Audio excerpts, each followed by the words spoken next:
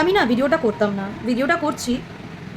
এই চিঙ্কি কাকিমা, রিঙ্কি কাকিমা, মিঙ্কি কাকিমা, যেই হোক আপনি, আপনার না পোলারাইজেশনের সমস্যা। পোলারাইজেশন হচ্ছে এমন একটা জিনিস, খুব ভালো নয় খুব খারাপ, ব্ল্যাক অ্যান্ড হোয়াইট। আজকে আমি খুব ভালো আছি, আজকে আমার মুড খুব ভালো আছে, আমি সব কিছু উজাড় করে রাখছি। আজকে আমার মুড খারাপ, আমি সবাইকে ব্লেমিং করে দিচ্ছি। পোলারাইজেশনের জন্য সাথে আপনার প্রবলেমটা হচ্ছে ব্লেমিং। আপনি ব্লেম করতে কাউকে ছাড়েন না। নিজের স্বার্থে আঘাত করলে আপনি স্বামী থেকে শুরু করে, মেয়ে থেকে শুরু করে, মেয়ের পরিবার থেকে শুরু করে প্রত্যেককে আপনি ব্লেমিং করে ছেড়ে দেন। এটাও একটা রোগ, ব্লেমিং।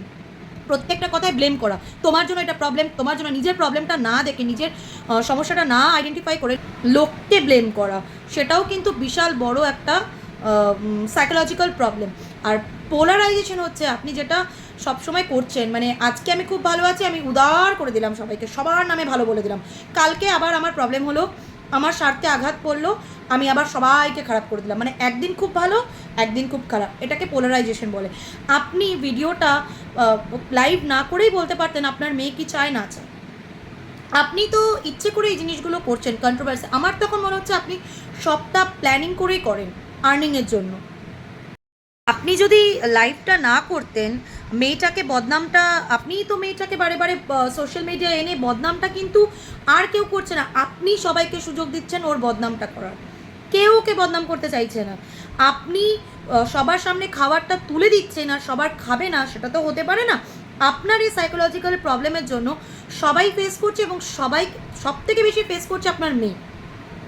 আপনি যাকে অন্ধের মতন ভালোবাসেন না, কোনো কিছু শেখাচ্ছেন না কিভাবে সংসারের থেকে লড়াই করতে হয়, এসব তো আপনার কোনো বালাই নেই শেখানোর।